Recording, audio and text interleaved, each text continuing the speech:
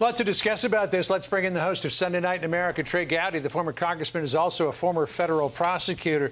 Congressman, a lot of the discussion today revolves around something Alexandria Ocasio-Cortez said recently, and that is that she doubts to some degree whether this is actually taking place. Here's what she said, quote, according to the Washington Times, a lot of these allegations of organized retail theft are not actually panning out. I believe it's a Walgreens in California cited it, but the data didn't back it up. What is she talking about? Do you have any idea?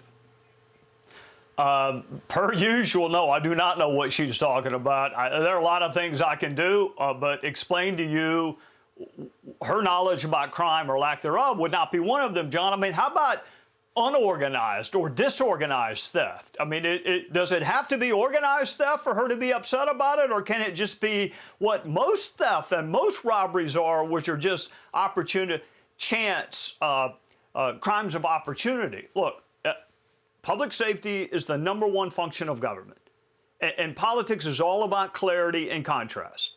So if you think that we need bond reform, if you think Darrell Brooks, the Wisconsin Christmas parade killer, should be out on a $1,000 bond, then there's a party for you. And if you agree with Cori Bush that your police should be defunded, but she should have a robust security force around her, then there is a party for you. Ilhan Omar blamed the spike in crime on cops. And then Rashida Tlaib, John, I mean, see if you're ready for this. She wants federal prisons empty in less than a decade. So where's the Unabomber going to go? Where's the Boston Marathon bomber going to go? Where's Dylan Roof, who killed 9 black Christians in a church in South Carolina? They're all federal inmates. Where does she want them to go in a decade? My guess is there are people on their side on this criminal justice issue.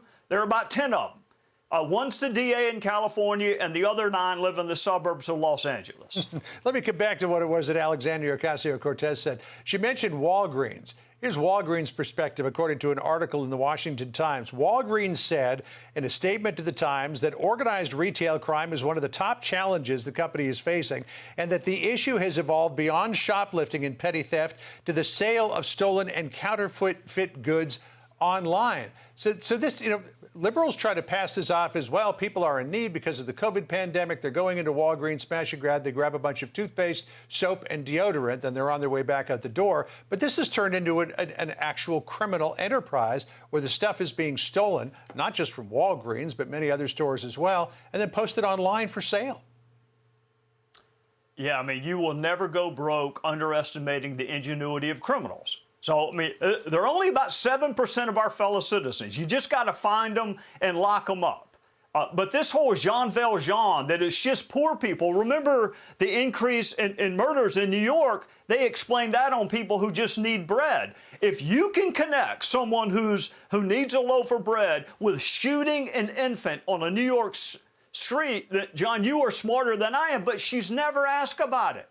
AOC has never asked, other than Jonathan Swan, who's ever asked Rashida Tlaib, where do you want the prisoners to go in a decade? If you want them out of prison, where do you want them to go? They're never asked the follow-up questions. And they're trying to say that retail theft is a harmless crime, but then we saw on the streets in just recent days the death, back in the end of November, the death of former police officer Kevin Nishida, who was working security for KRON-TV as they were out covering the smash and grab retail. He tried to prevent some crooks from swiping KRON's television equipment. They shot him in the abdomen and he died. So this isn't just about stealing Louis Vuitton purses or toothpaste. This is murder. It can be, but let's analyze that phrase for a second, the phrase that she wants to use, harmless crime. I mean, let that sink in for a second. In a country where public safety is the #1 function of government, who is she to say what a harmless crime is? Harmless to whom? The person who owned the stuff that was stolen? You think it's harmless to them? Does it have to be a homicide to get her attention? Former prosecutor Trey Gowdy, it's always good to get your perspective. I would never be as smart as you are, so you're going to have to revise and extend your remarks. So is Sandra. All right. Good to see you, Trey. We'll see you again soon.